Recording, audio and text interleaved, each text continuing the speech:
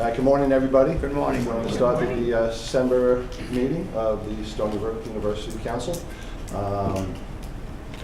Very happy to be here at the hospital. Looking forward to hearing a little bit more. And for those who haven't seen the mark yet in the Children's Hospital, I think being blown away is not an underestimation. Yep. So you're in for a treat today. We will start like we always do with the Pledge of Allegiance. Chris will lead us. I pledge allegiance to the flag of the United States of America and to the republic for which it stands, one nation, under God, indivisible, with liberty and justice for all. All right, the minutes of the October 2018 meeting, October 1st, 2018 meetings were circulated. I'll take a motion by Jim, seconded by Mayor Frank. Any comments, revisions, additions? All in favor? Aye. Any opposed? Motion is carried. Chair's report. I had one or two things I wanted to mention. You know, every year I go up, I get to spend a fun Saturday in Albany with the Association of Council Trustees, with the other chairs of the other SUNYs, and sometimes it's pretty boring, sometimes I learn a couple of things, but I learned a couple of interesting things I thought were worth sharing. First, when it comes to the councils, I know, how many of you are holdovers in terms of appointments? Great. Don't feel alone. Christina Johnson, the new chancellor, she gave us some facts. There are 261 council members. 126 of them are holdovers. And a bunch of them are vacant. So you're in the majority. That's very comforting. It's very comforting. But the good news is that I'm told there's going to be a huge focus on all the colleges and all the universities to bring the holdovers up and fill some of the vacancies. So, you know, if you're interested in continuing and you're in the mix, hang in there, because I'm told help is on the way. And then a couple of other things. They gave 3 presentations, 2 of which I thought we were way ahead of the curve on, and 1 I just wasn't sure. One, they gave a discussion. Hey, let the record reflect, Michael Smith has joined us. Hi, Mike, how are you? They gave a presentation on free speech and what schools can and cannot do in terms of guest speakers and what the kids can do, who do they invite, and about, 9 months ago, you guys gave us that presentation, so it seemed like we were definitely ahead of the curve on that. And then they had a whole thing on diversity and inclusion, in both on the student population and the employees. And again, you know, we had a very excellent presentation on that, and I thought we were ahead of the curve on that. And then one thing I thought it was interesting, it was also disturbing, but I didn't know if we've ever got briefed on this too. And it was all about students' emergencies and student emergency funding accounts. That there are a lot of students who are actually living on poverty, and they may pay tuition, but they may not be eating, and they're still kids. And so as council members and as adults and as parents, we should be concerned about that. And I was just wondering, do we have programs, to try to help kids who don't have, to make sure that they're getting the food that they need? Yes, we do. And Rick, do you want to comment on this? So one of the SUNY initiatives has been to start food pantries at all 64 campuses, and so Stony Brook was one of the first that started a food pantry. It's been in existence for about 4 years now. It operates for about 50 hours a week, where any students, actually even faculty and staff, can go in, don't need to leave a name, and can get food as well. So that's one free service available to students. The other thing I wanted to point out too is the dining services. Years ago, they used to be only a retail operation, so students on a dining plan would go, spend their money on whatever, with the potential that they could run out of their money, around Thanksgiving, for example, and not have money for food. The dining plan has changed over the last couple of years, where now there's actually what's called a dine-in option, which it's an all you care to eat. So, and that's in a sense rationed over the term. So everybody who's on a meal plan has that at least throughout the entire duration of the semester. So there's never a chance where a student goes, I don't have money on my card to be able to go eat. So that's another way that's kind of balanced out, which I think has been very effective. We also have a program for foster. It's the citywide program for children, not children, but students who may have been in foster care who don't have a home to return to during the holidays. see if that we can provide housing for some of those students as well. So that's available. And actually through faculty and staff donations, we also have through the Dean of Students Office an emergency fund. Some of it's either loan and sometimes grant money based upon what could be a variety of circumstances. My car broke down, I couldn't get to campus. We've got a case of students' parents, their house burned down, if they need food. So we would review those cases and provide resources. Again, a lot of that's come from the campus community itself. What I don't know well, and I think is, happens on some other campuses, is homeless students who may be homeless. That's certainly, I've visited one campus where that was a significant problem in Santa Cruz. Essentially, housing costs are incredibly high. And graduate students were literally pitching tents in abandoned areas or sleeping in their cars, essentially, because they could not afford housing in the area. So that could be a challenge. I don't think we have a major issue with that. I haven't heard it, but it's something we're sensitive to and trying to pay attention to. Great, good to hear. So as Judy said, we're going to check box in all three issues that were discussed that day. But I thought you'd find the thing about the numbers of the student council members quite interesting. And then the last thing, with my day job at the LIA, on January 24th, we've invited, and she accepted, the new chancellor, Christina Johnson, will be speaking at the LIA. And if you want to come, you're all welcome to come. It's a complimentary event for our members, but you're all welcome as my guest. And if you haven't met her yet, she's amazing. She's very, very impressive. And she comes from sort of an engineering background, which is great for a school like Stony Brook. So I think we're pretty fortunate to have her. And she gave a great presentation up there and sort of pumped us all up about our jobs and our roles. And so again, January 24th, I'll send something to Rachel and Judy, and then you can disseminate it. Okay? And with that, that's all I had to report. Sam, I'll hand it over to you for the president's report. Sure, and I'll just say one thing very quickly about council membership. A, I certainly appreciate so much everybody serving and how important it is. And B, I think it's a credit to Kevin that we have had some of our things replaced, and there are councils that have not had anyone replaced. And we had a president give a presentation to us. They're having an important issue on their campus, and they have a problem in terms of everybody's essentially a holdover, many from the Pataki administration and so on, which is not to comment one way or the other about that, simply to say that they feel it would be good to have some new people on the council, and they've been stuck. So they really feel that. So I think the fact that you've had some responsiveness to get people appointed, I think appreciated. So I just am going to go through a few things very quickly. We've got a lot to talk about today. But one is I wanted to welcome, I don't think I've introduced Kathy Byington to you. So Kathy Byington is the new Senior Vice President for Finance Administration at Stony Brook. She came to us from Yale University. Before then, she ran essentially finances for the University of Maryland in Baltimore, as well as running finances for the medical side at Georgetown University. So she knows universities, she knows medical campuses as well, and she has probably one of the toughest jobs at the university. I say that all the time. I'm always saying everything's the toughest job.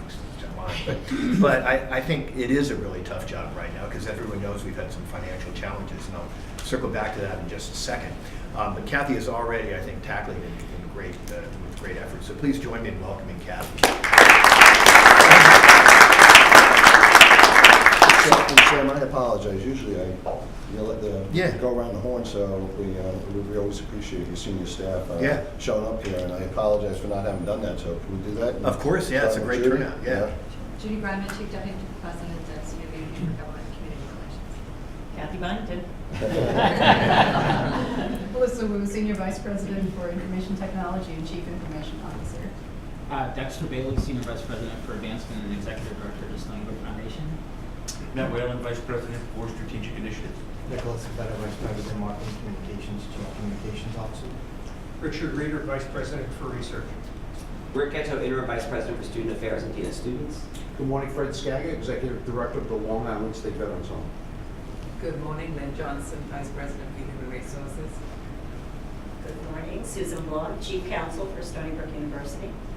Ken Kuchansky, Stony Brook Medicine. Good morning, I'm Bob Challoner, I'm the Chief Administrative Officer at Stony Brook Southampton Hospital. Ernest Baptiste, CEO, University Hospital. Carolyn Kuby, Chapter President for UUP, Stony Brook HSC. Kevin Moriarty, Chapter President for UUP West Campus. Good morning, Marissa Trachtenberg, Associate Director of Policy, Compliance, and Presidential Initiatives. Rachel Kavanaugh, Executive Assistant to the Chief Deputy to the President and Senior Vice President of Government and Community Relations. Carolyn Doro, Executive Assistant to the President. Long titles here. And so I screw up at least 2 or 3 things every meeting, not intentionally, of course. It's just part of the gig.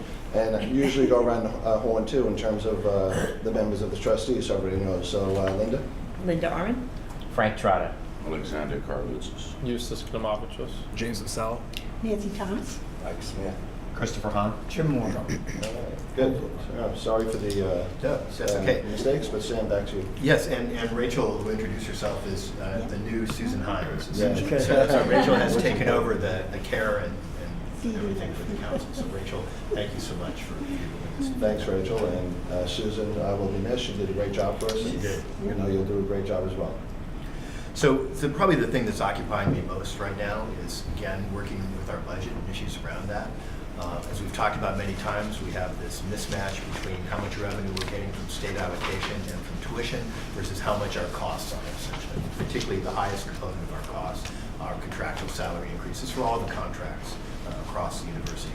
Well-deserved increases, and yet we haven't been given the money essentially from the state to pay for them, which creates this mismatch. And so we're working to try to see if we can resolve some of that. SUNY has been in close negotiations with the Division of Budget in the state to try and find money for the retroactive component of it. So you remember there's 2 years retroactive component for the new contractual salary increases that have to be covered. And so there's a lot of discussion going on. We're hoping that there will be an agreement reached that the state will cover that. It would be great if they then put that in our base budget so we had it every year to cover from now on. That would be really important. So that's what we're advocating for. But we also recognize that even with that in place, there still would be a mismatch between what the revenue is coming in and how much we have to expend. So we're having discussions about whether state allocation might go up. As we know, there's a new balance of power and that the Senate is now Democratic and was Republican before. And so there's a question, would that change people's look at whether or not there could be an increase in state allocation? We're still investigating that and having conversations with the new Democratic majority. Maybe I'll ask Judy to comment very quickly about what we're doing in terms of discussing with the newly elected officials to talk about this balance, and particularly to get the message to them about Stony Brook University and how important it is to Long Island. That's really the key message we want to communicate.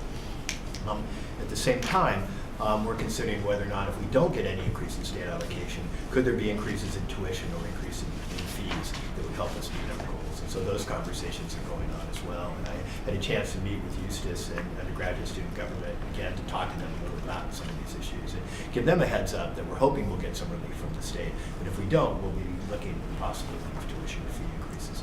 Because we really don't want to give up the quality of education. We've had great strides recently in how well we've done in terms of student success, graduation rates, and we really don't want to slip back on that. And so we think it's an important issue for everyone to be aware of. We're going to continue.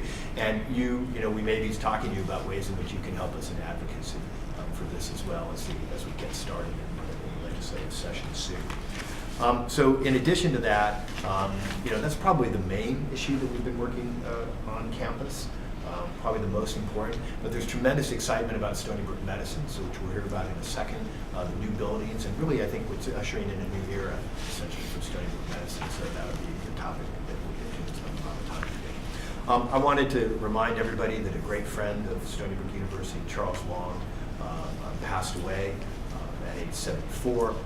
Charles gave what was at the time in 2002 the largest gift in city history at that time, was 52 or 56 million in that range, and to build the Wong Center, which is one of the most beautiful buildings on campus, and really a center, I think, that really presents the university in an extraordinarily positive light to the world, devoted to Asian and Asian American studies, but something that's really become a home for all students, I think, on campus, and something we're very proud of. And Charles was very proud of, and one of the things that I think was really gratifying was a few years ago to bring Charles back. He hadn't been to the Wong Center for years, and to take him and show him some of the things that have been done there in terms of cultural programming, in terms of artistic programming under new leadership there. And I think he was really impressed by what was going on. He happened to come to a day when many students were registering for classes there, so it was filled with students, which was wonderful. But I remember how pleased he was and how excited he was at his contribution to the university and what it meant. So Charles Long will be greatly missed.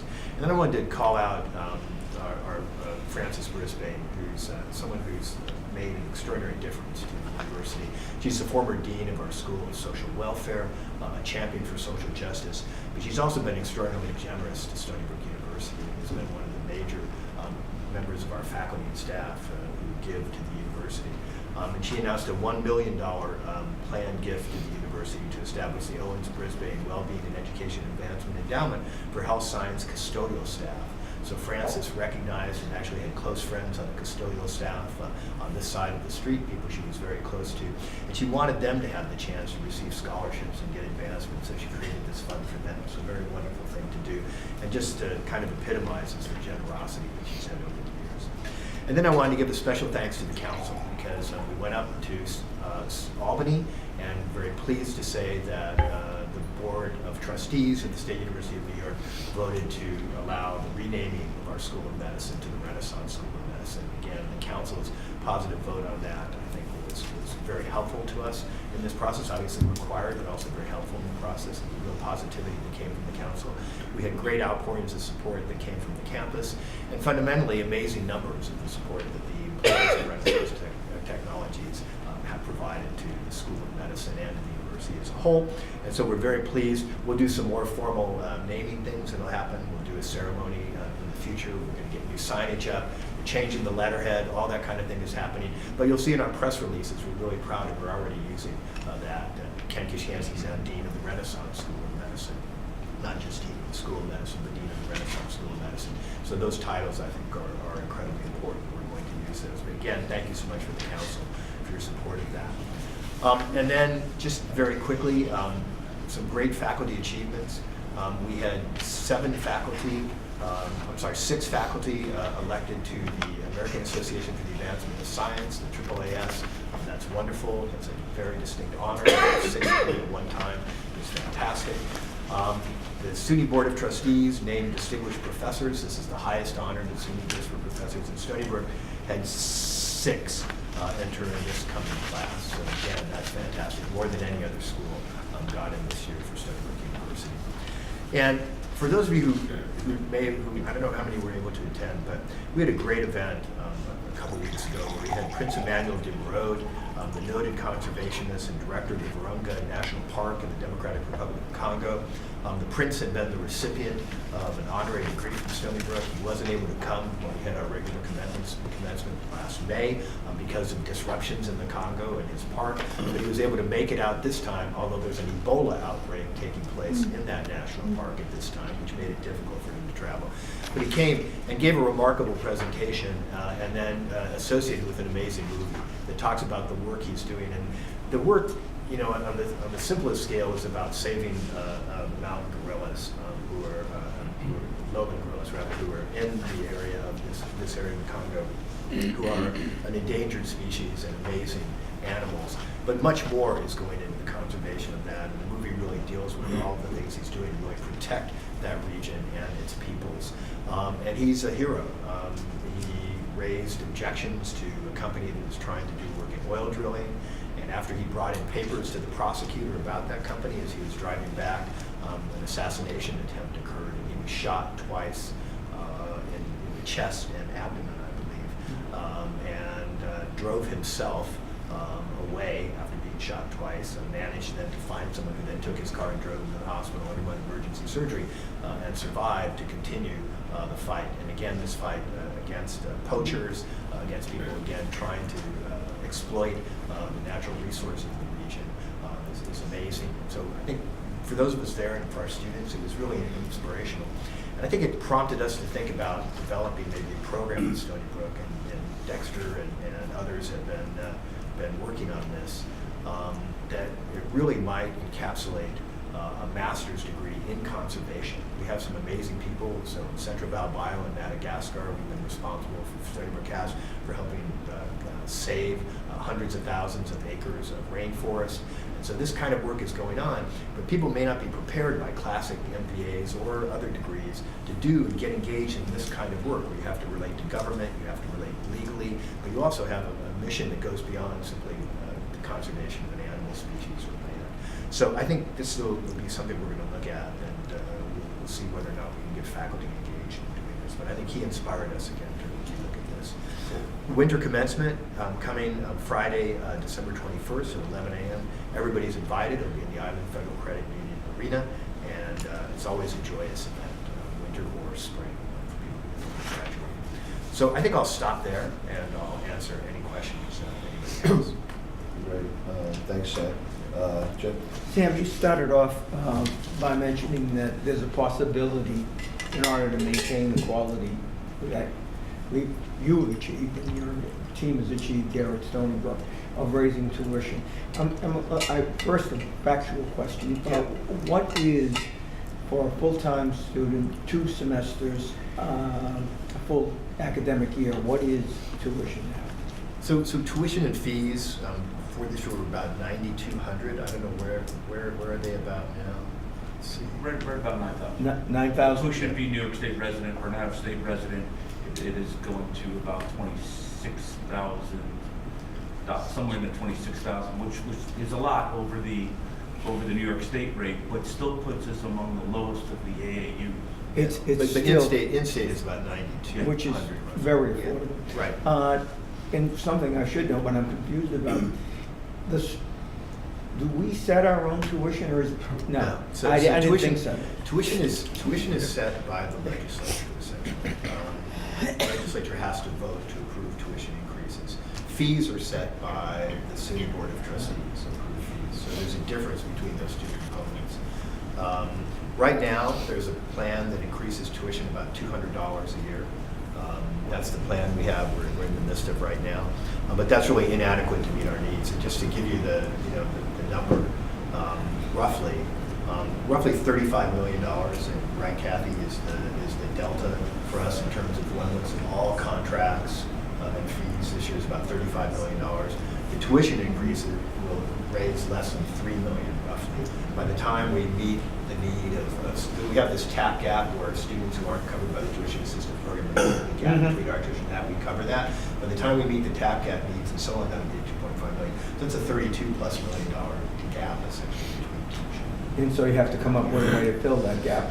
We do, and again, our preference would be that state allocation increase. Our state allocation, as we talked about before, was cut in 2007, 2008, 2009, and then it has not gone up since those cuts. So it stayed flat essentially since 2010. Does Stony Brook have the power to fill the gap itself if the tuition comes in from the state, if the aid is less than you want to fill the gap? I know there's fees. Are there other things? No, that's really so. I mean, we try to find other ways to generate revenue, and more out-of-state students we have, essentially more international students we have, the higher our revenue goes. Those students really actually subsidize the in-state students financially. And Jim, you should be aware too, and this came up at that Saturday meeting in October up in Albany. Some of the upstate SUNYs, they freak out. They do not want a tuition increase to penny because they're hurting for students. And they feel like because everything's done on a global basis. Yeah, that's what that was the basis of my question. If you, well, Stony Brook is doing great. We get, we have 30,000 applications for a couple thousand seats. 37,000. Yeah. They're not getting that type of interest, and they fear tuition cost is part of the issue up there. So they don't want to see tuition. No, that's what I was. I'm fine, because being part of a larger thing makes it more difficult. Right. Yeah. So Kevin makes a great point, and I think one of the things we would, if we were asking for a tuition increase, I think it would be restricted to Stony Brook and perhaps Buffalo, the two AAU schools, and you can do that, which have the highest cost education. That hasn't been done before, but we would advocate that should be. And in an ideal world, what are we looking to ask for? I think we need to run, and it kind of depends on what the mix is. So I can't give an absolute number at this point. Okay. Linda, what was your question? The question was how much of a tuition increase would be necessary to kind of meet it. It depends on what else we would be doing with fees and things like that. We'll be working with SUNY to put the but we can't get ahead of SUNY kind of in that in some instances. Could we sell some additional naming rights to kind of make up some of the gap? I think it probably, the challenge is, one time versus sustainable. So I think, that could help. And, you know, when we get endowments that provide things like financial aid and stuff, that can help us because that can reduce the amount of financial aid. So raising money for things like that can help. But it's probably not the answer given its total scope and scale. Aren't those funds restricted sometimes? Well, many of the gifts we get are restricted, so 98% or something. Is that too high? It's in the range. He's so nice. He doesn't want to contradict me. It's probably too high, but a high percentage. Let's say, how about 93%? Whatever, a high percentage is relatively restricted. But again, financial aid gifts help us because as we look at students, when we raise money that can go to general scholarship funds, and that's very helpful to us because then that saves the money we might have to put for tap cap. So. Any questions for Sam? Thank you. And Sam alluded to something, and I meant to actually share things with you in my chairman's report, so I hit my 3 mistakes. And this is not political at all. This is just the new reality. You know, so after Election Day, there were draconian changes, you know, that are happening in Albany now. And I think it's going to impact the role of the council because I think our role is going to be more important now than ever. You know, in the past, the way the Albany, you know, was broken up, the Assembly was controlled by Democrats and the Senate was controlled by Republicans, and we've been very fortunate to have both Ken LaValle and John Flanagan be always looking out for the institution, you know, in their positions as majority leader and chair of the higher ed committee. And they're no longer going to be in those positions come January. And it's a whole new world in Albany. And it's not, you know, again, in my experience of being involved in Albany for the last 30 plus years, this is not something that's going to flip back in 2 years. This is a 12-person majority in the Senate, and I think it's likely going to continue for quite some time. And at least 10. Yeah. So for those of us who play on that team, and I know myself included, and several of you are, our role in establishing new relationships with the new leaders on behalf of Stony Brook is going to be more critical than ever. Judy and I already participated in a meeting last Monday with the new Long Island 6, and I've talked about coordinating some meetings with Sam, with some new key folks as well. And but all of you, you know, in terms of you know, the new folks that are up there, and what I think the mantra should be, and I believe it's legitimate and makes sense, is that Stony Brook is a Long Island-wide and it's a New York State institution. And just because it may not be located in somebody's particular Senate district or Assembly district, they should all take an interest in supporting it and promoting it because it's a great Long Island institution that may employ people who live in their districts, or the kids who live in their districts go to school here. So it has, just because it may not be physically located in their district, they should all be interested in it. And so I think our role is more critical than ever because, you know, there's going to be a lot of changes come 3 weeks in Albany. And so I encourage all of us to always be out there promoting. It's part of our primary role as council members is to be ambassadors for the university. And I think we're going to need that more than ever, given a lot of the changes that are going to be taking place come January 1st. Kevin, any idea who's going to be chair of higher ed? Likely is Senator Stavisky, and actually she's from Queens. Actually had a very, very good meeting with her last week. Very good meeting. She understands our issues. And from a demographic perspective, we have a large number of students from Queens. Half of them are from her district. So she understood that. She took a lot of Stony Brook goodies with when we left. But, good. She gets our issues. Good. Do we have a breakdown, since you know that, of where the students come from around the state? Because that would be helpful for us to know, because if we're in a meeting, we could always... Yeah, we can get you with maps of both employees and students. No, Yeah, I'd like to see that too. It's a great idea. So yeah, so we should all just stay on top of this, and you know, we'll keep you posted too.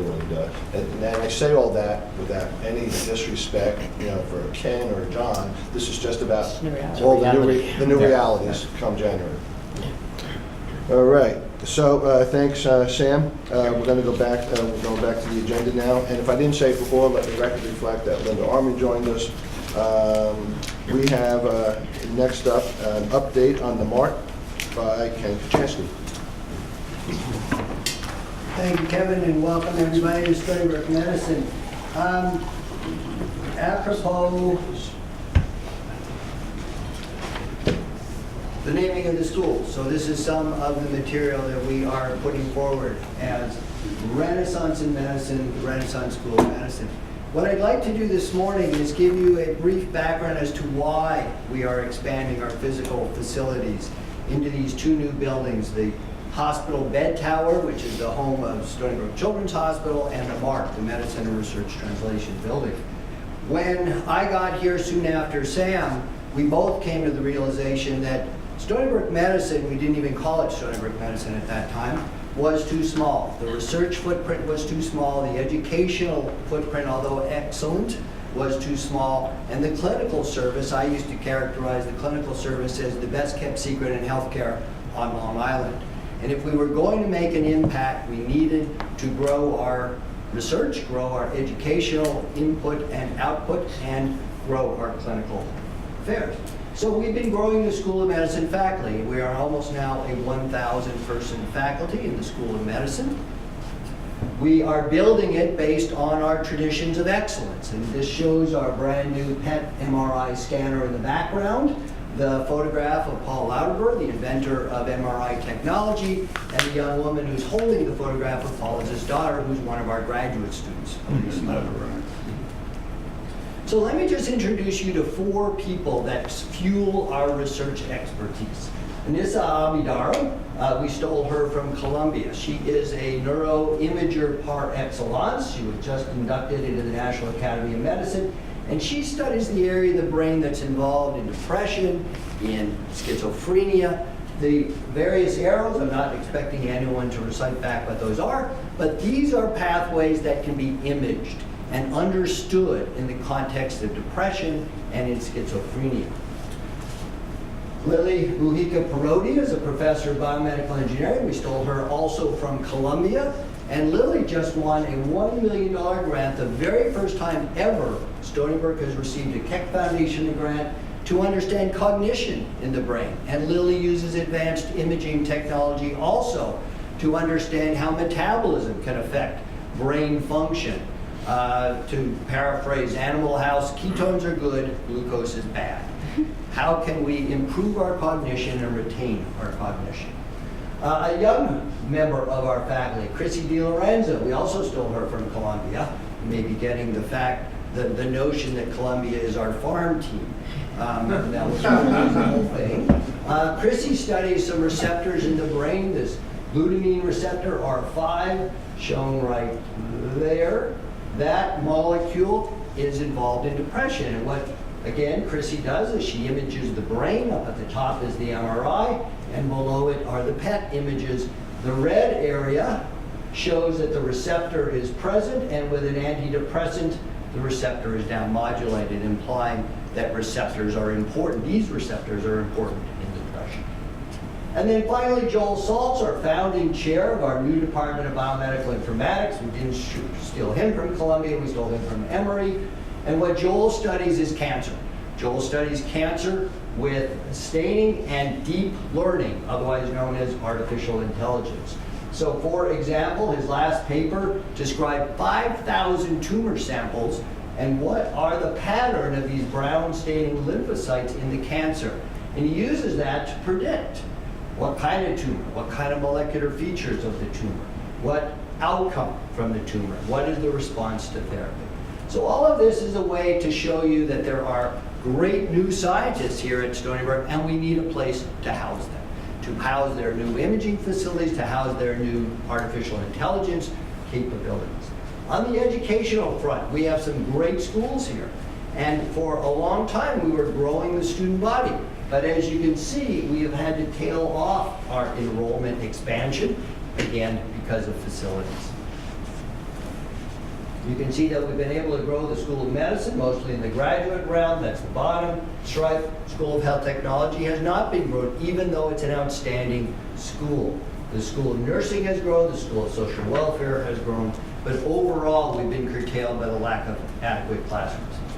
And then finally, in our clinical realm, we have put together a way to grow our clinical mission. We have been using the tagline, the best ideas in medicine, and now we're going to start talking about this changes everything. And we're referring to our newfound expertise in clinical medicine and the new facility. So one of the ways that we have grown 8-9 years ago, this is what Stony Brook Medicine was like. It was the University Hospital and faculties in Tech Park. As you know, Southampton Hospital has been brought into an affiliation in about a month or two. Eastern Long Island Hospital, we are growing a number of programs with Long Island Community Hospital, and we have opened up a number of very, very high-end, very outstanding ambulatory facilities all through Suffolk County. So again, we need more facilities. We have grown our physician practice. As you can see, our faculty practice has grown steadily. We've added community physicians to Stony Brook Medicine, and so our total number of encounters is now approaching 1 million patients per year. And that has driven revenue. The hospital is full all the time. We are a 603-bed hospital, and as you can see, we have almost 100% occupancy at midnight. Need more facilities. So that's the reason why we felt we needed to expand. And just go by the numbers, 46,000 people call Stony Brook University Hospital home at one time or another. 4,100 new Long Islanders, over 100,000 people in the emergency department, a lot of operations, a lot of imaging studies, even more laboratory studies. We are the biggest single-site employer. We are now up to 6,900 FTE in the hospital staff. And of course, we are the safety net for Suffolk County, providing now about $130 million of care to the underserved. So this is a photograph of what about 6 years ago. These are not trees cut down in the foreground. That is scrub brush. We didn't cut down any trees for the building of the building. Scrub. And this is that same view today. And on the left is the Mark Building, the Medicine and Research Translation Building, and on the right is the expansion of University Hospital. We are opening the clinical part of the Mark Building on January 14th, and on Super Bowl Saturday, the day before the Super Bowl, we're moving 150 patients from the black hexagons from the current hospital into the new hospital pavilion, all in one day. Now, don't get too anxious, we are practicing. We're practicing 3 times to move 150 patients, one patient at a time, from pediatrics into the Children's Hospital and from our intensive care units into university space. So this is the Mark Building. And I'll take you on a very brief tour. We're going to go on a real tour in a moment. I mentioned imaging a lot in our research aims. So this is a 16,000-pound lead door, and behind the lead door is our medical cyclotron. This is going to allow Anissa and Chrissy and others to do incredibly high-end neuropsychiatric, cancer, cardiovascular imaging. Probably the best imaging facility anywhere from Harvard to Hopkins and everything in between. This is where they synthesize the PET tracers, these novel molecules that will allow us to follow a molecule anywhere in a human body. If you want, if Chrissy wants to study that ketamine drug and see where it goes, we can label it with carbon-11, inject it into the patient, and then she can see where it is in the body. So lots of possibilities. This is the PET scanner, as in the new Mark Building. And this is the kind of image that comes out of the simultaneous PET MRI scanner. The MR is the nice resolution that you see in the body, and then the hot spots, in this case, a tumor in the liver. These are the laboratories that are going to be available for our cancer researchers. They're on the 7th, 8th, and 9th floors of the Mark Building, and they are absolutely state-of-the-art. You'll notice they're easily movable. There's nothing fixed into the bottom. These are just movable modules that can really provide the investigator the kind of laboratory and the layout of the laboratory that they want. This is what you see when you enter. It's called Cancer Center. There's 3 entrances into these 2 new buildings. And if you follow the door that goes into Cancer Center, this is a security area. Over here is the auditorium. I'll show you that. And over to the left is where the Cancer Center is, the Clinical Cancer Center. Remember, you enter on level 5, as you did today coming into the hospital lobby. And so this is level 5 of the Mark building. This is an atrium outside of the auditorium. We can house 150, 170 people for a sit-down meal in the atrium. So imagine the kind of conferences you can be able to have here. And then if you walk down the steps into the auditorium, you see Stony Brook red. I am told medical student-proof leather seats. We'll see about that.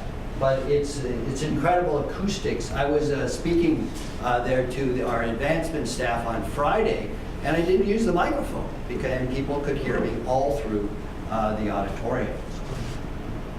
This is called the spiral feature. It's not a staircase because the rungs on the steps are not quite wide enough to be called a legal staircase. So we call it the spiral feature. Everybody can walk on it. Everyone in this room can be on the spiral feature simultaneously if you'd like. It's very strong, and it's moving from the 5th level down to the 4th level, and it's how our students are going to get into the new educational space. And so we have 12 new classrooms to house our students. One classroom is about 180 people, and it can be subdivided into 90, 45, and 45. We have 9 20-person classrooms like this. I think they're going to be playing bumper cars with the chairs that are on wheels. There's places for their backpacks. I did not choose the color of the chair, but the responsible individual will be found out. And this is the lounge for the students between classes down on the 4th level. In the Mark building, we have research scientists, we have postdoctoral spaces for everybody, in addition to those wet laboratories that I showed you. This is a conference room. The faculty members are on the side of the Mark building that faces the parking lot, and the postdocs and the graduate students get the side of the building that faces the green belt. So I suspect when everyone moves into the Mark, I'm going to have a lot of faculty members a little irritated with the way we laid it out, but they get to see the parking lot. This is the entrance to the Cancer Center, the Clinical Cancer Center in the Mark building. You'll see that the finishes are extremely nice. This is a whole new ballgame. This is very, very different kind of patient-centered care that we're offering now at Stony. The hospital, very briefly, this is the lobby to the Children's Hospital. The security desk is over there. We have made sure that we have a greeter on duty 24/7, 365. And this is the greeter, the cat in the hat. Pediatric special procedures on the 4th level, again, is very, very child-centric. We want to make sure that anything that is in any way unpleasant to the child is done in a procedure unit away from their rooms. And their room is a safe facility for them to be in. And then these are the procedure units for Children's Hospital. We have a lighthouse. It's a climbing gym, if you will, for the kids. The rooms, the patients' rooms are very colorfully decorated in the Children's Hospital. This is the feature that I am particularly proud of. We really moved our staffing forward. Back in San Diego, when I was chair of medicine, I used to go on rounds with the nurses. And they, and one day a nurse is showing me some data about a patient, and I suddenly realized, this is in the nursing station at the computer away from the patient's bedside. I said, how long do you spend, in front of the computer? We did 10-hour shifts. Oh, about 3.5 hours was the answer. A full third of this nurse's time was away from the bedside. This is the nursing station.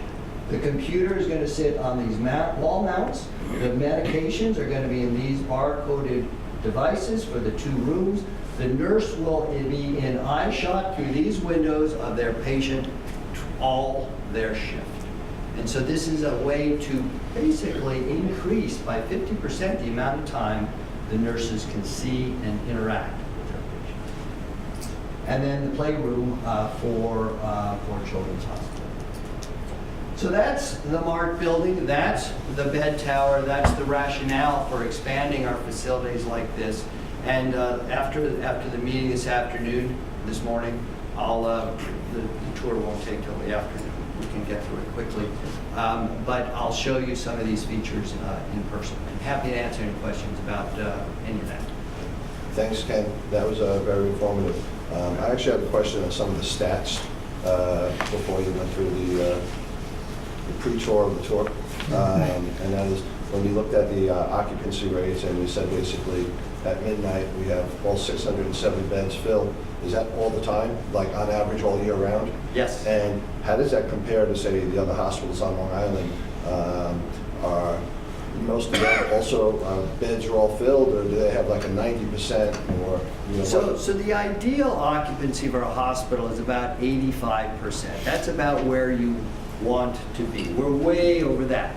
Now, North Shore Hospital, occupancy numbers rival our numbers. But they actually have all of them, or just the main one? Just the main one, not the smaller ones. Right. But they don't staff 150 of their beds. They have about a 950 bed hospital, North Shore is, but they only staff for 800, and they base their occupancy numbers on those 800 staffed beds. And so they are 100% or 95% occupied as well, but they have room to expand if they have to. We don't. We have 603 beds, and when we are over subscribed, we put people in hallways, we put people in the post-op recovery room, we put people in an observation unit in the emergency department. When I get to work in the morning, when Ernest gets to work in the morning, we have 40 patients waiting to be admitted. They're in the emergency department, or they're in the post-op recovery room, or they're somewhere. Now, data clearly indicates that if you spend your first day in a hallway or somewhere other than your room, you take longer to get out of the hospital and your outcomes aren't as good. And so we foresaw this problem 7-8 years ago, and that was the reason why, if we are going to grow, we need more space. So the new building is not just a children's hospital, it's extra beds for So the main 150 hospital. beds, about half of them are for pediatrics, and so we'll completely empty the 11th floor of the 2 black hexagons. So that will free up 2 hexagons, about 60 beds, for other uses. The 18th floor of the current hospital are surgical ICUs and step-down beds. They're going to move into the upper floors of the new hospital bed tower, and so that'll completely empty out the 18th floor as well, allowing us to repurpose that space. We're going to take about 100. The other thing that you'll see that is very noticeable in the new rooms are our current the new single-bedded rooms are bigger than our double-bedded rooms in the current hospital. So these are large rooms which will give patients breathing space. It'll allow, we hope this doesn't happen, but if a patient goes south, if a patient gets sicker and sicker and sicker, and would normally have to be transferred to an intensive care unit, we actually can bring the intensive care unit to the patient. The rooms are big enough, we can put the dialyzing machine in, we can put in the respirator, we can put in the ECMO, all this very highly sophisticated equipment we can bring to the patient, so you don't have to move the patient. Right. And so intensive care units, step-down units for adult patients, and then most of all of the children's hospital beds. So with the new building that we're going to see, that creates more beds in the existing hospital and more beds now in the new hospital, and does that mean less patients in the hallways? We sure hope so, yes. That is the goal, and that's our full anticipation. We're going to move up to about 600, we're at 603. We will move up to 653 at this point in time, meaning we'll still have 100 extra beds. And what we'll probably do is take 100 2-bedded rooms and turn them into single-bedded rooms. Again, giving more space for patients. Any other questions for Ken? All right, well, thank you very much, Ken. Next up, my good friend Bob Challoner, who heads up the Southampton Hospital, now part of our team. Bob, what are you going to speak to us on? Great, thank you. I had the pleasure of meeting with Bob at the hospital in August. I had 3 meetings in Southampton one day, and I got to see Bob. It's a very cool facility. It's great. It's going to be part of the Stony Brook family. Thank you, and nice to see you, Council, and everyone. I was thinking about how to open up with an update, which is why I'm here today, to give you an update on what's been happening at Southampton. And the thought that came to mind, it's wonderful to prove the skeptics wrong.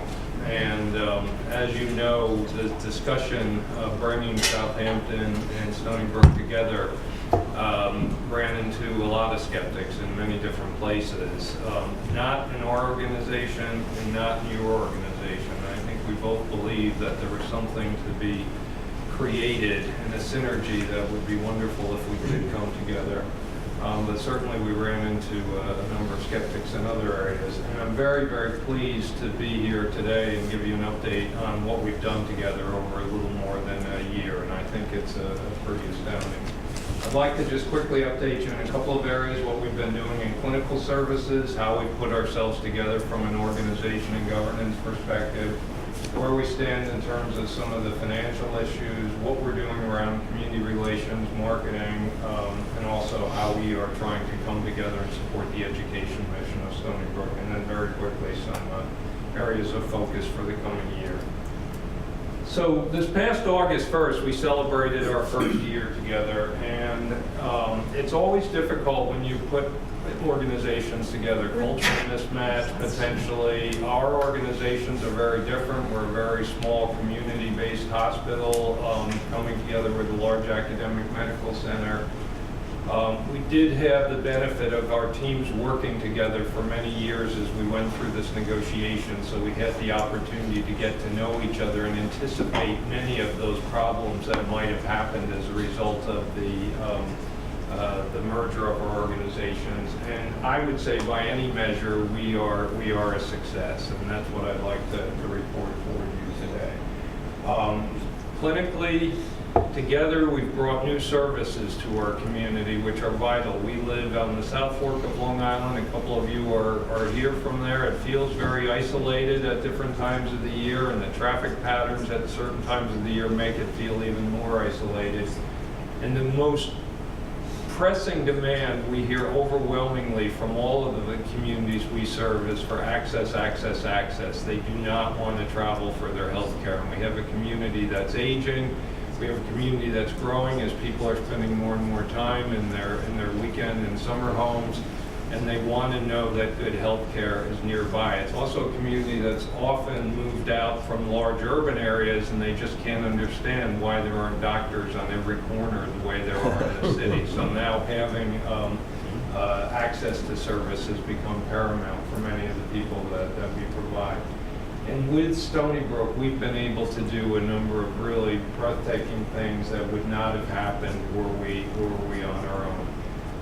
The thing we're proudest of in the last year, we came together and fought a fight with our neighbors in Riverhead and some of the folks up in Albany who didn't, quite frankly, believe that we were big enough to support a cath lab, that there was insufficient volume to do it well. We worked together with the Stony Brook cardiology team, and we opened the cath lab a year ago in September. And as of today, we have over 400 procedures. 300 is what was considered the bare minimum in order for a program to be viable. They never expected us to hit that threshold, and we've done it, and we've done it extremely well.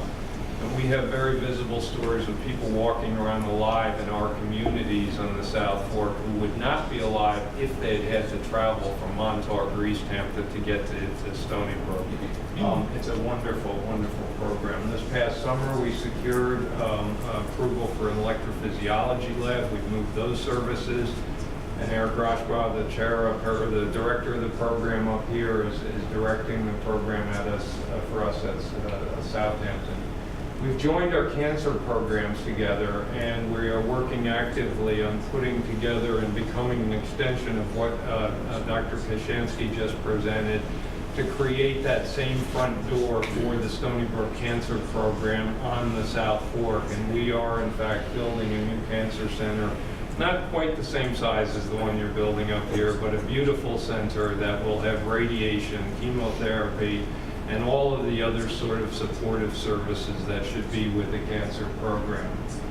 We've implemented transfer protocols. We had an interesting challenge to put our hospital together. Someone came into our ER. We were transferring a lot of patients to Stony Brook previously. And now we're at a point where it's no longer a transfer from one hospital to another. It's moving within the same hospital. So we had a lot of work to do in order to smooth that out and make sure that if a patient comes to our ER and ends up in the ICU up at Stony Brook, that would be handled very well, and in fact that is in place. We've joined together a number of our clinical services. Vascular surgery, the vascular surgery team has an active program underway in our hospital. Our pathology services, OB-GYN, pediatrics, family medicine, and surgery have all come together. We also, as of June, the Stony Brook radiology faculty took over our imaging services. We have for a small community hospital, very, very large and extensive outpatient programs and testing services that are distributed throughout our region. And now we've got access through on-site presence of Stony Brook radiologists and the radiologist here through teleradiology. We can access all of the subspecialists that Stony Brook has. In a small community hospital, we would never have been able to do that previously. With Stony Brook's help, we've become a trauma level 3 emergency room, and we're going through the process of becoming a finally designated trauma level 3 center. We opened up new testing facilities with radiology lab in East Hampton. Little thing, and I put it up there because it sounds little, but we linked our blood banks. And why is that important? Platelets are something that ought to be available in certain emergencies in a hospital. Most community hospitals don't have the luxury of keeping a store of platelets because they expire. It's very important if somebody comes into our emergency room and they have bleeding disorder, getting access to those platelets. Previously, we would have had to rush, stabilize them, get them up here, but with Stony Brook, we've created a process of rotating those platelets through our hospital and up here at the main campus so that we can keep those there.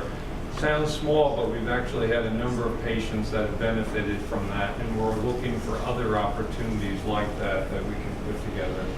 And we've also brought neonatal nurse practitioners from Stony Brook into our nursing home. So tremendous amount of work in just 1 year around clinical services. I think we've done, and I'm not going to read through all of these, but we've made very, very good and strong steps toward bringing together our management teams. We're working well together, and we've brought together our governance. We have a board in Southampton that's still in place, that's still exercising some oversight, that's still operating the facility. One of your council members is a co-member on our board. And those teams are working very well together, and today are actively planning the development of a new facility. As you can imagine, you put hospitals together, there's a lot of regulatory concerns, Joint Commission.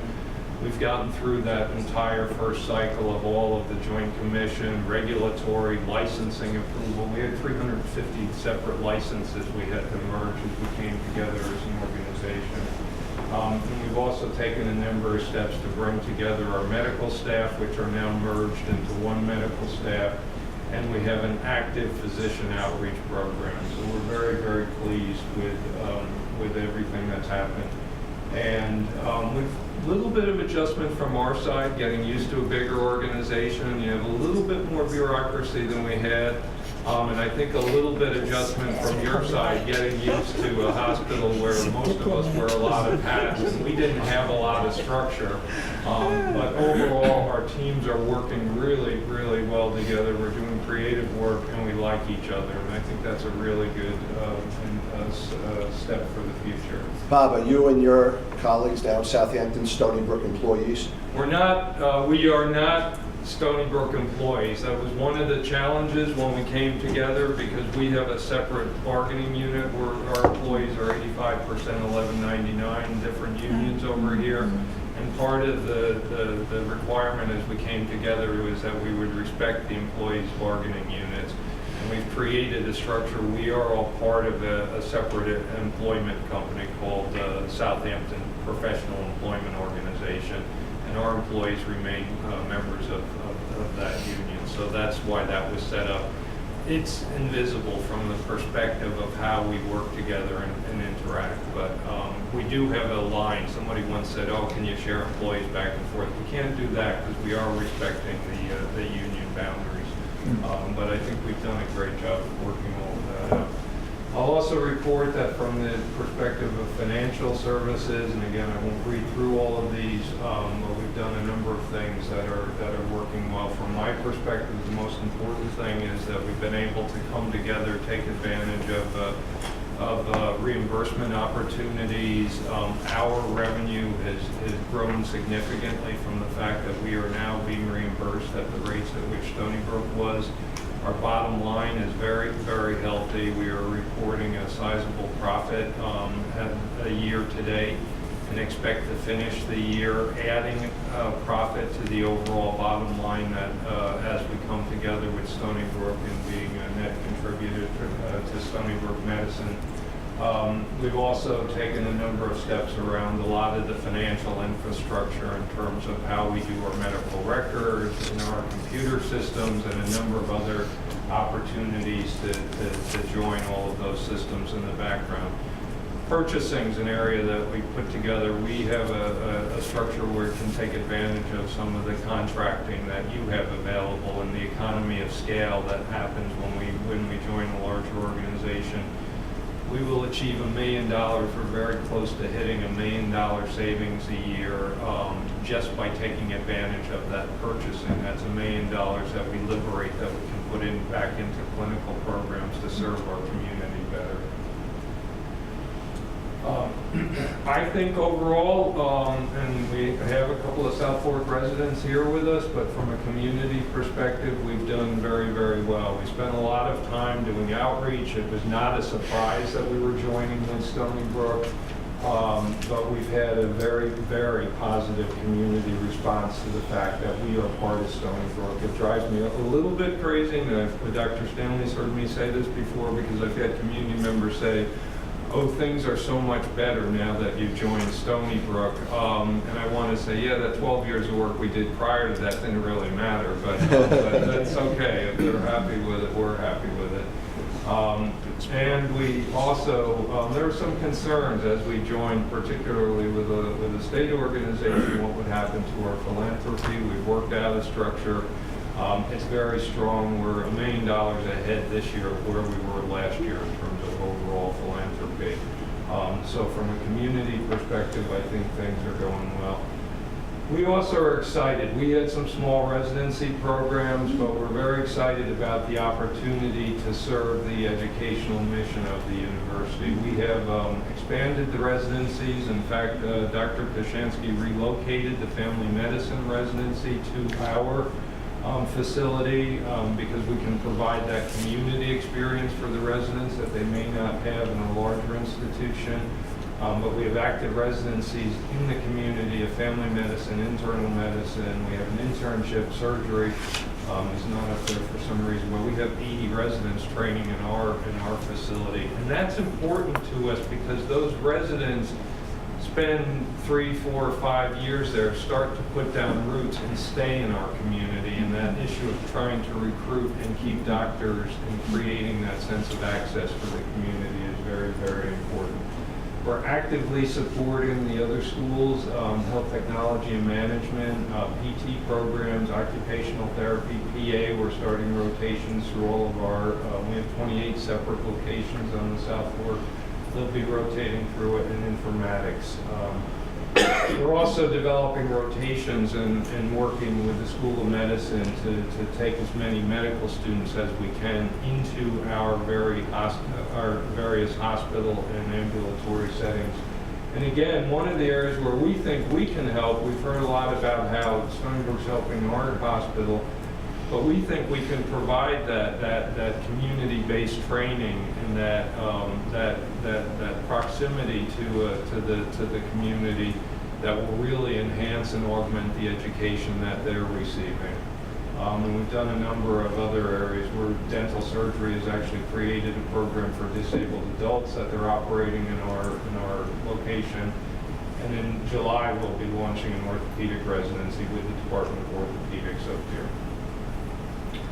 Next year, we have a lot of things we want to continue to do. Some of these you've heard about. We're actively working together to plan a new hospital. That is right now in the planning stage. We're trying, we don't want to, as you know, as part of our coming together creates an opportunity to build something new on the campus.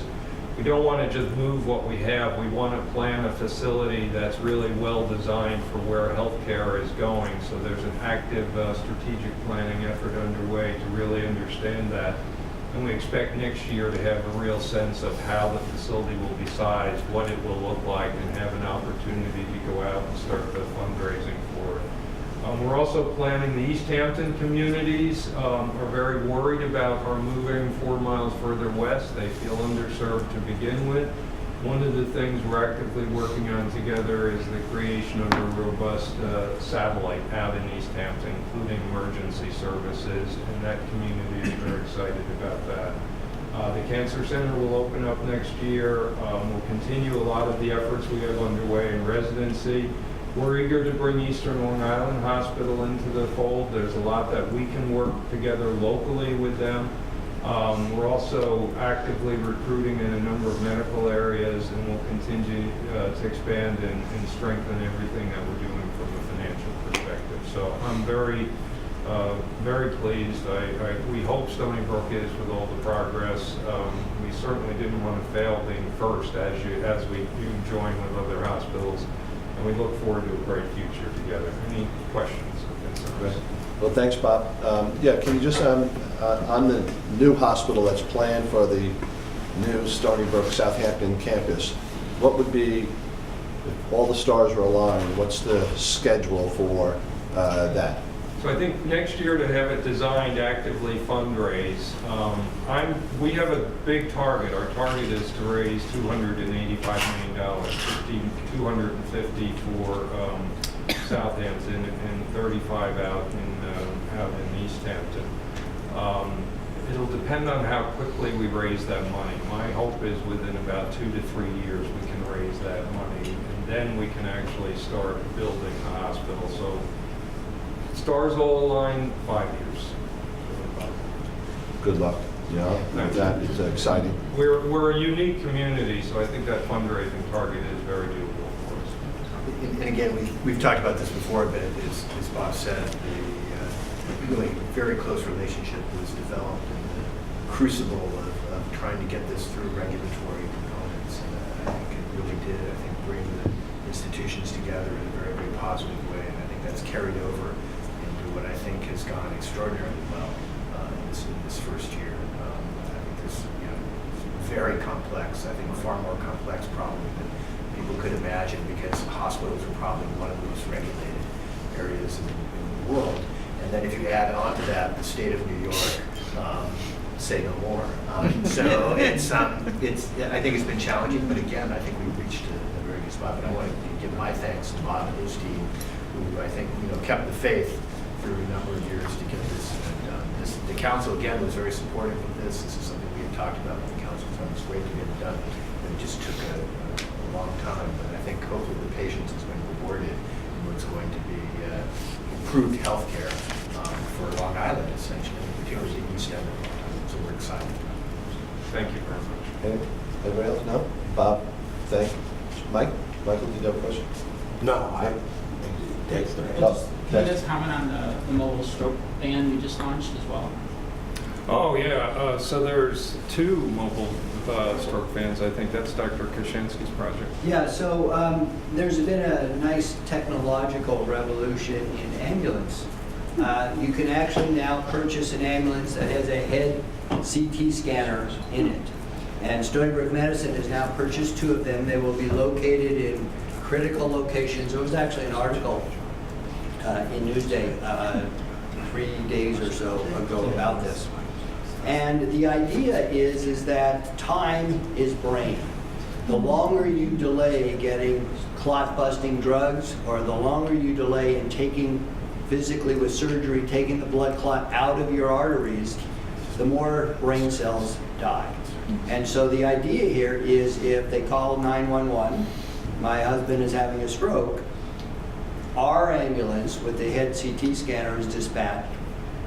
The head CT scan is performed in the driveway of the patient, and if they see that it's the right kind of stroke, they can start the drug immediately.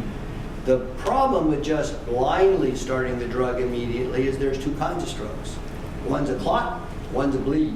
You don't want to give this drug to a patient who has a bleed. You make it worse. And so typically what will happen is you wait till the patient gets back to the hospital and you delayed 10 minutes, 20 minutes, 30 minutes. So this is actually, now we're going to launch these this spring. It is, we believe, going to save lives and save brain tissue and do much, much better for the patients who develop strokes in Suffolk County. Exciting. Thanks, Ken. Also, I don't know if it's Ken or Bob or Sam, what's the status of Eastern Long Island Hospital in Greenport? That's becoming part of the Stony Brook family Or soon. Susan.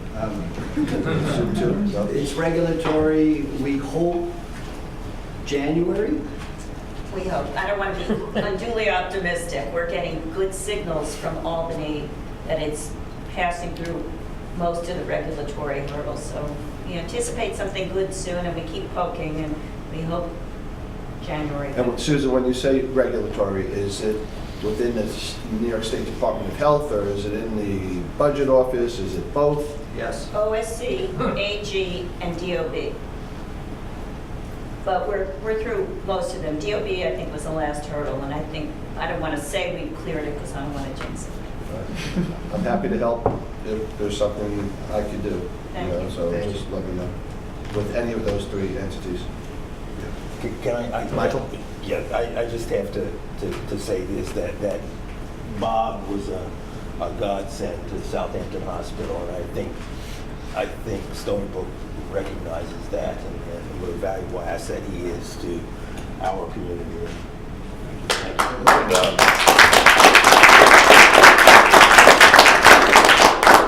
Thanks, Michael. Ernie, I have you on the agenda. Are you doing anything, or you were part with Bob in the update? I think this ties in. Bob covered the bases there. Got it. So he took up your time. Okay. All right. So we got new business. Dexter Bailey is going to brief us on the ground lease to Stony Brook. On something we were preliminarily briefed on at prior meetings. So Dexter, why don't you walk us through it? Yes, absolutely. So in your packets, there's a resolution to authorize Stony Brook to move forward with a P3. So at the October meeting, if my memory serves, we had John Keegan come and present, so he gave the full presentation. Right now, the SUNY board has reviewed this. Their finance committee reviewed it, and then the SUNY board approved it, and now we're asking for the Stony Brook Council for approval. There's a 2-page descriptor behind the resolution. So essentially, this is a 3-building concept at this point to address undergraduate student housing and graduate student housing. There's also a component where we hope to address visiting faculty, primarily starting with the Simon Center, but it could be something that actually serves the entire campus. We hope to also add something that the faculty members have been talking about since I came here, a faculty lounge and alumni lounge. So we have kind of a village concept, some grab-and-go food on the first level, a plaza outside of the Island Federal Credit Union Arena so that could be a gathering place, a new destination on campus. It is important to say that at this point, all we have is an authorization. The legal counsel is working on the ground lease, which goes up to the Attorney General's office for approval. We don't have a contract yet with the developer, so we don't have an architect. So we're still right at the early stages of defining this project. The entire project will occupy about 20 acres, leading from the Island Federal Credit Union Arena all the way to the train depot on 25A. So I can answer questions. It'll be totally financed by the developer, no Stony Brook funds. Refresh the council's memory. A while back, you guys did this RFP process. Yes. I'm not sure everybody understands what a 3P is. Okay. So all right. Okay. Spend a few minutes making sure everybody understands what's happening. Okay, great. So in 2016, Bob Magna, who at the time was our Senior Vice President for Finance and Administration, put out an RFQ, and that RFQ was quite expansive to ask developers to come into campus and give us ideas as to what we could do to address housing on the campus. As many of you know, we're in a very, very beautiful location out here on the north side of Long Island, but it's difficult for our students to find housing off campus. Through a study that was done in 2017, we also know that graduate students in particular would like to have housing options on campus. And so Chapin and West are all filled. So from that study, we knew we had demand. At the undergraduate level, typically, Rick's here, we have about 500 students on the waiting list every year that would like to have housing on campus but can't get it. So after we built Tubman and Chavez, we started looking more expansively at what we could do on the campus, and also to try to think more elaborate about what could be a development on that side of the campus. Our capital plan from many, many years ago had identified that area as the next area for development and growth for the campus, so that made a lot of sense. So through that process, my memory serves, about 13 or 14 companies responded. Through the committee, through the state procurement process, we whittled it down to about 6 or 8 firms. They were all interviewed, rated. Long story short, we ended up with Gil Bain as the top contender. They've done this around the country, working with universities and building public-private housing for undergraduates and graduates. And in some of their, like at Rochester, for example, they also build faculty housing and staff housing. So since that point, we've been working with them. We did a feasibility, which is really still not done yet. So we're looking at what's the real reliable number for undergraduate housing on the campus in addition to the 10,000 beds that we have on campus now, and what's the real number for graduate student housing. So at this point, as I stand here, we're actually doing another study to complement the 2017 study, which is looking at housing demand for undergraduates and graduate students. Once that's done, which should come back in January, we'll have a much more concrete handle on how many undergraduate beds and how many graduate beds we're going to need. So the P3 is essentially gives us an opportunity. The Section 355I of the state education law authorizes the Stony Brook Alumni Association to build student housing on the campus. So we're going to use that statute to move forward with the ground lease. From there, like the Stony Brook Foundation did the hotel, from there the Alumni Association will work with the developer. The developer carries all the financial risk. The things that we're targeting right now, as I said, that the feasibility is still almost done, but not totally. We still need to make sure that we're keeping the rents competitive to existing inventory on campus, and et cetera, et cetera. So some of the financing around this, we need to make sure that the rigor's there. We're not going to build a facility that's going to sit empty because our students can't afford to be in that facility. So that's essentially where we are.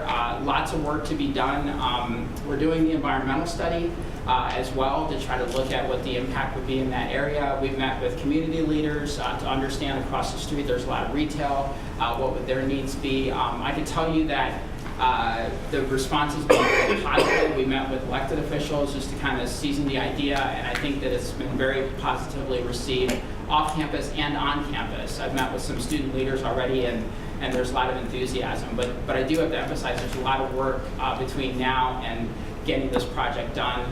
The target right now, I would say, is probably 2023. Might be able to get it done quicker, but I think that's a safe target based on the approvals we still have yet to get. But everything right now is still conceptual. The specific plans are still being prepared in terms of what it's going to look like and the actual facilities? That's correct. So we don't have an architect yet. We'll do that after we get into contract. Right now, we're, like I said, still working on a lot of the base assumptions that we can move into a financial analysis and move into really a concrete decision to go forward. But we're optimistic and we think we can make this work. And once again, Gilbane is a partner that has a history here, has a successful history here, and we feel confident we'll be able to get it done. And so you're asking for our approval today to allow all of this planning process to go forward, just like the SUNY trustees have already done, and then before documents are finalized or bulldozers are in the ground, do we get another bite at the apple, or will you come back and just brief us on what the specifics will be? Yeah, we'll come back and brief you on the specifics and also show you, once we get an architect on site, we'll come and do a nice presentation, kind of show you everything like we did with Chavez and Tubman, kind of give you a sense as to where the project is, and we'll keep the council abreast as the project moves forward. Yes. So this is a part of our, this will be a part of our housing inventory, or is it private housing that they're going to be paying, the students pay somebody else? Yeah, so the way that it'll be designed, it'll be a seamless interface for a student. So when you're coming to Stony Brook, once these buildings are built and you decide you want to live there, you're still going to the Stony Brook homepage. And once again, our goal is to keep the pricing competitive, if not exactly to what the inventory is on campus right now. So it'll be seamless to the student user. On the back end, this is a ground lease to the Alumni Association. The association will be with the developer, and there will be financing separate that Gilbane has to go out and get and then pay their debt service. So behind the scenes, where the sausage is made, the students will never see that. But to answer your question, yeah, the money, the students who are living in this building, the rent they're paying, the housing costs they're paying, will end up going to Gilbane and the developer essentially. To But pay, it is seamless for the cost. student. It's seamless for the student. From their perspective. And that's our goal, is to all the support services that we would have, our resident assistance programs, the maintenance, the security, that'll all look like the rest of the campus. That's something that's part of the negotiations with Gilbane, is to make sure that happens, and how much then we get reimbursed for finances. Right, now, we want a model where for our students it looks exactly the same, and you just pick which one you want. Yeah. That's a good model, as a matter of fact, because the maintenance and quality of the housing will inure to the benefit of Gilbane, and they'll have the profit motive, so that works. Right. I've seen it work in other places, but back in October, we spoke about the relationship between Gilbane and what the PRG, the Provident Research Group. Yes. Was that set up as a funding mechanism because they're a not-for-profit? That's correct. Yeah. So Provident has about a couple $2 billion worth of current inventory nationally, and that nonprofit allows them to go out and get tax-exempt bonding. But they also bring a lot of additional skills to the table because they've done so many different. Did they have a prior relationship with Gilbane? Have they worked on other deals together? Yeah, I can't recite exactly, but they do have a prior relationship with Gilbane. When Gilbane came to the table, one of the things that was really impressive is they brought the entire milieu of relationships. Legal, financing, Provident, architects. So when they came to pitch, they really had a table this full, and they could address all of our questions. And the architects and the other pre-development folks, they'll be employed by Gilbane? That's correct. Okay. That's correct. Yeah, so once the Alumni Association does its sublease, the responsibility will be on Gilbane's part, financing, construction, maintenance, etc. We anticipate that the ground lease will be 49 years. At the end of that point, all those facilities come back to the state of New York, to Stony Brook University. There will be, similar to my experience with the hotel, there are things that are built into the ground lease around, maintenance and having a reserve fund for upkeep, and those. So they have to maintain the facilities in good condition, so that when we get it back, it's ready to go. And the way they structure is the operations committee, essentially, that's responsible for the maintenance and making decisions about this, is actually staffed by people from Stony Brook. That's correct. As well as from, and there's actually a majority, as I recall, Yes. of Stony Brook people on the operations committee. Right. Right. And is it just for students, or is it for alumni or Stony Brook employees, or? So what we have in mind right now are predominantly housing for undergraduates and graduate students, but we do have a concept for visiting scholars. So during the course of the year, Stony Brook has many faculty members that will come in. The Simon Center is really the big engine behind that. It's a big part of their program. So right now, there are 20 units that's in concept that'll house visiting scholars that'll come in. That may change depending on some of the financing and the rigor we need to go through around the project, but yes. Well, I also want to emphasize we're hoping to have a faculty alumni lounge, so that's right now in concept 9,000 square feet that we still have to kind of figure out what's going to happen there. And then there's a potential that the commissary might move from H-Quad into this space as well. I have another, a different kind of question. Earlier in the presentation, we heard about the outreach to the community that Southampton has done. You mentioned the outreach, but you mentioned the merchants to the north of the site and talking with them. Yes. And this is speculation on my part, but I think it's reasonable speculation. The community groups, the civic groups, the question of student housing has been a controversial issue, I think it's fair to say. Yes. I would imagine this would ameliorate that issue. Some have they been advised of it, and are they happy about it, I would think? Yeah, they've been advised. I'm not sure happy is the right word, but I'm joking. But they've been very, very well received. We've had conversation with both local elected community leaders who care deeply about the housing stuff, as well as local folks who care about the retail and sort of looking at anybody who has cared about Stony Brook students living off campus. They're very happy about this. Yeah. Okay? I would think so. Very happy. Well, I just would suggest that reasonable concerns are addressed, right? I fully support this. I know there's another project going on campus where the community has some reasonable concerns about fencing and other things.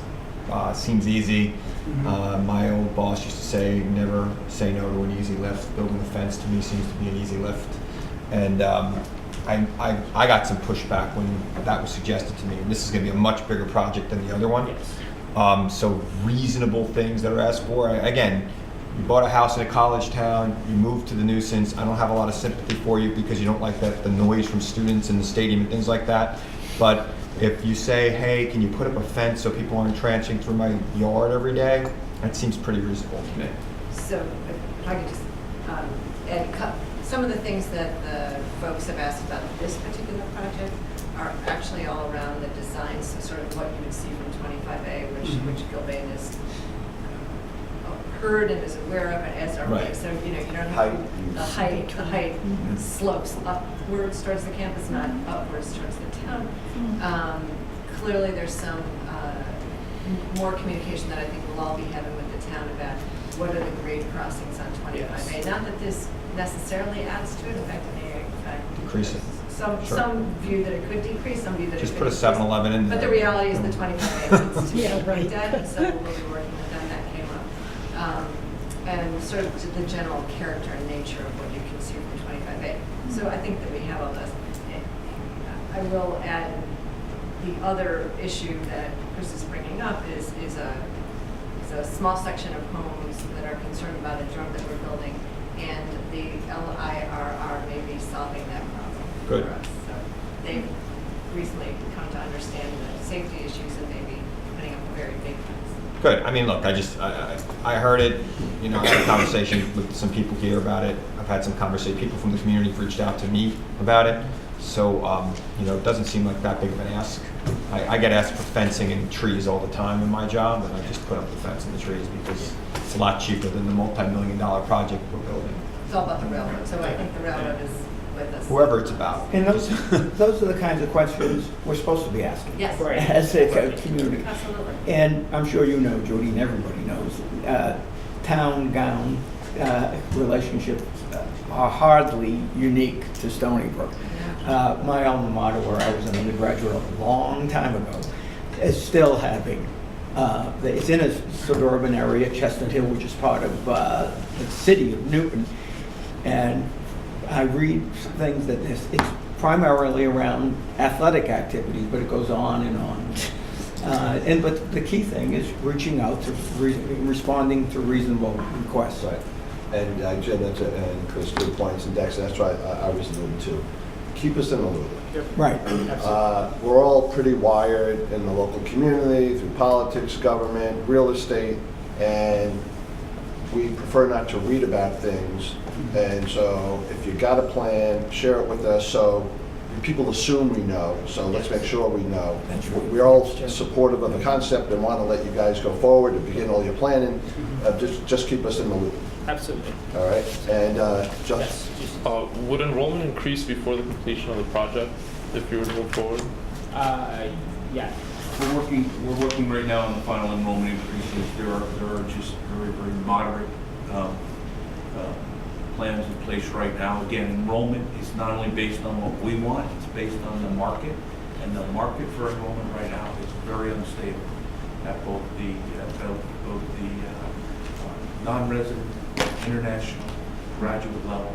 We're trying to work our way through those things right now. We also haven't precluded building additional undergraduate housing independent of this project. So that's certainly on the table, particularly depending on the timeline things happen. I would say there's a pretty significant likelihood another project might come out on the undergraduate side. I think the graduate side, though, is probably more dependent on this project. There might be some element on the graduate side. All right, well, sounds good. So any other questions? I'll make the motion to approve. There's a second. Chris? Second. All in favor? Aye. Any opposed? The motion carries. Thank you. So thanks, Dexter. Is there any how many people are going to take the tour of the mart? Ken promises it'll be under 30 minutes, right? 35. Who's taking it so staff knows? I take the first 20 minutes of it. Right. So, How many? Raise your hand. People taking the tour? All right, we got a handful. I know. okay, just bring one more thing up. I had the privilege of meeting with Dr. Voswinkle and Colby Rowe in the Stop the Bleed program, and we're adopting it at PSEG as something we want all of our employees to be trained in, because I think it's a tremendous thing they're doing there. I don't know if they've addressed us, but maybe it's a good thing for us. Put on the agenda. Yeah, because I think what they're doing there is really important, and just like he compared it to the seat belts and how that changed things. This is the next step in kind of keeping people alive in automotive accidents. And I think Colby Rowe and Dr. Voswinkle are doing a great job, and I'd love to share that with as many people as we can on Long Island. Help them get some legislation passed in Albany. Appealing to me as a physician. So yeah, it's good stuff. I've never heard of it, so I'm happy to learn. We'll put that on the February agenda. Yeah. And that is our next meeting is going to be February 11th. In Comac, right? No, it's going to be... We're not, you know what? I've never seen the Comac facility. I keep trying. I have no interest in it. It's only been 6 years. Let's do it at Sam's house. I could walk. I promise you that we will do and Rachel, we will do a Comac meeting sometime in 2019. Okay. Right? Good work. We get 4. Next year in Comac. It's little things. Any other business? Okay, so I wanted to wish, hope everybody who celebrated had a happy Hanukkah. I want to wish everybody a Merry Christmas and Happy New Year. And again, Rachel will send you something out on Christina Johnson for the 24th of January over at my shop in Melville. And till then, we'll see you all on February 11th. And thank you. Merry Meeting Christmas. adjourned.